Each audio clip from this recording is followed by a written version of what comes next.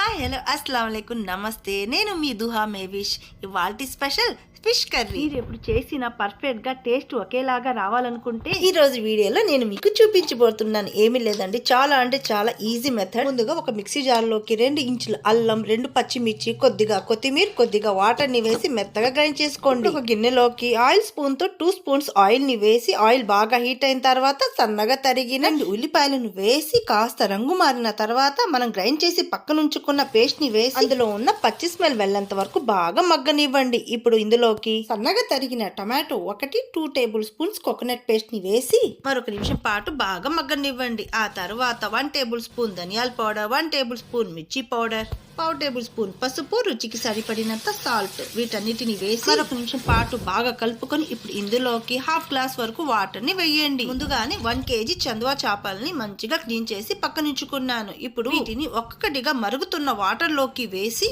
అలాగే ఫైనల్ గా సన్నగా తరిగిన గుప్పెడు కొత్తిమీరను కూడా వేసి పైన మూత పెట్టి మీడియం ఫ్లేమ్ మీద 6 to 7 మినిట్స్ వరకు ఉంచండి. చూడండి, గ్రేవీ ఈ విధంగా చిక్కపడిన తర్వాత స్టవ్ ఆఫ్ చేసేయండి. అంతేనండి, సింపుల్ మన old traditional recipe fish curry and పప్పుచారి కాంబినేషన్ లో తింటుంటే అబ్బా ఇంకా మాటలు లేవు. సబ్స్క్రైబ్ చేయడం మాత్రం అస్సలు మర్చిపోకండి. బాయ్.